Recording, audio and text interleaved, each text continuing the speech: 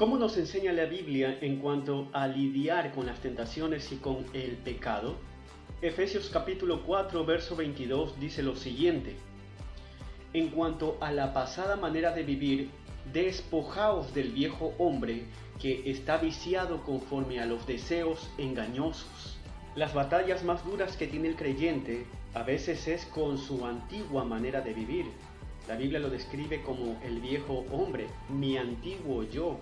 Por eso bien habló nuestro Señor Jesús, de que lo que contamina al hombre no está en el exterior, se encuentra en nuestro interior, y con ello peleamos. Y cuando estamos decididos a abandonar el pecado, en nuestra mente estamos diciendo, no lo voy a hacer, no lo voy a hacer, no lo voy a hacer, y nuestro corazón nos traiciona, como dice la Biblia, es perverso y es engañoso, ¿quién lo conocerá?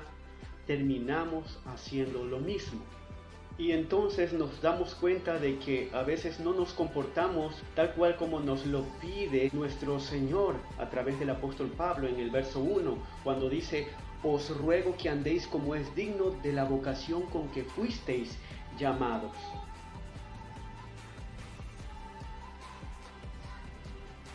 Y a veces pensamos que andar como es digno de la vocación con la cual hemos sido llamados es solamente dejar de pecar, es decir, tratar de no hacerlo. Pero vemos que eso no funciona. Además, eso no solamente nos dice la Biblia que debemos de hacer. El apóstol Pablo nos enseña aquí el principio de quitar y poner.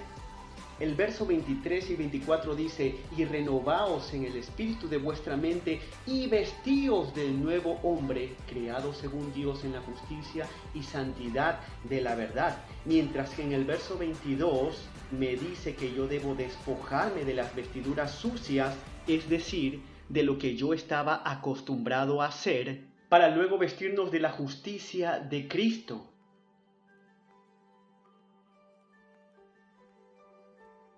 Debemos de andar en buenas obras, las cuales Dios ha preparado de antemano para que anduviésemos en ella. Entonces, no es solamente dejar de pecar. Ese es un buen punto, pero falta algo más. Vea lo que dice el verso 25. Por lo cual, desechando la mentira, hablad verdad cada uno con su prójimo, porque somos miembros los unos de los otros. Y en ese sentido se nos enseña que no solamente debe de dejar de mentir, sino que debe de vestirse de Cristo Jesús, hablando la verdad. Luego el verso 28 sigue con el mismo patrón. El que hurtaba, no hurte más. Y ahí no se queda. Es decir, no solamente deja de pecar, sino que debes de vestirte de las acciones de Cristo Jesús. Continúa diciendo, sino que trabaje haciendo con sus manos lo que es bueno para que tenga que compartir con el que padece necesidad. El verso 29 sigue con el mismo patrón. Ninguna palabra corrompida salga de vuestra boca, pero no se queda allí, sino que dice, sino la que sea buena para la necesaria edificación a fin de dar gracia a los oyentes. Mi querido amigo, mi querido hermano, ese es un signo de un verdadero arrepentimiento. A Zaqueo le pasó algo similar. Esta persona era un cobrador de impuestos y defraudaba a la gente, robándole su dinero. Cuando Jesús fue a la casa de él se puso en pie y dijo lo siguiente: He aquí, Señor, la mitad de mis bienes doy a los pobres, y si en algo he defraudado a alguno, se lo devuelvo cuadriplicado. No solo dejó de robar, sino que compartió y además devolvió a quien había defraudado.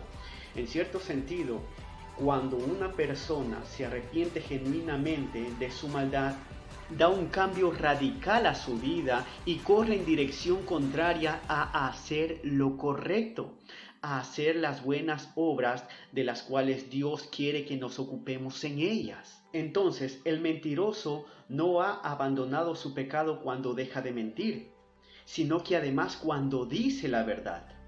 El ladrón no ha abandonado su pecado cuando deja de robar, sino que además de eso, Trabaja y comparte con aquel que padece necesidad. El que decía malas palabras o el que se involucraba en chismes, no solamente se va a morder la lengua para no decirlas, sino que va a decir la palabra que edifique al hermano que le está escuchando.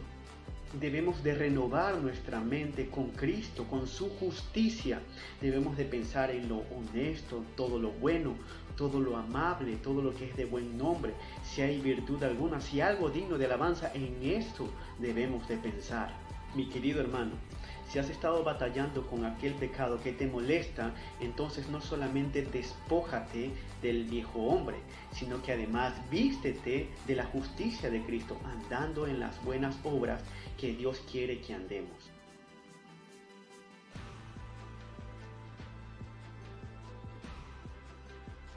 Mi querido amigo, el creyente en Cristo Jesús batalla a diario contra la tentación, contra su propio yo, para evitar el pecado porque sabe las consecuencias que produce.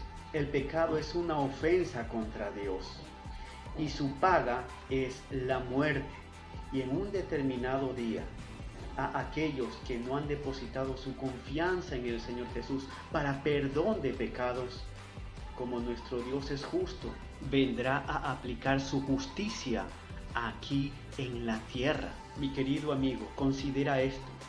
Al Señor Jesús no le importó las ofensas de la humanidad. No le importó tus ofensas, no le importó mis ofensas. Sin embargo, Él se sacrificó por nosotros para perdón de pecados. En la cruz del Calvario Él cargó con mi pecado, con tu pecado, y recibió toda la ira de Dios, la cual tú y yo deberíamos haberla recibido. Realmente espero que no quisieras rechazar el amor de Dios para recibir su ira. Hoy es el tiempo aceptable. Debes de poner toda tu confianza en el Señor Jesús, a quien Dios envió, y que por medio de su sacrificio en la cruz del Calvario, derramando su sangre, puedes obtener perdón de pecados. Y a través de su perfecta vida aquí en la tierra para con el Padre, su justicia es acreditada a tu cuenta. Confiésate pecador, arrepiéntete de tus pecados y pídele en oración a Dios con tus propias palabras que te perdone. Él de seguro lo hará. Luego entonces debes de renovar cada día el espíritu de vuestra mente leyendo su palabra y vístete del nuevo hombre, creado según Dios en la justicia y santidad de la verdad. Que Dios les continúe bendiciendo.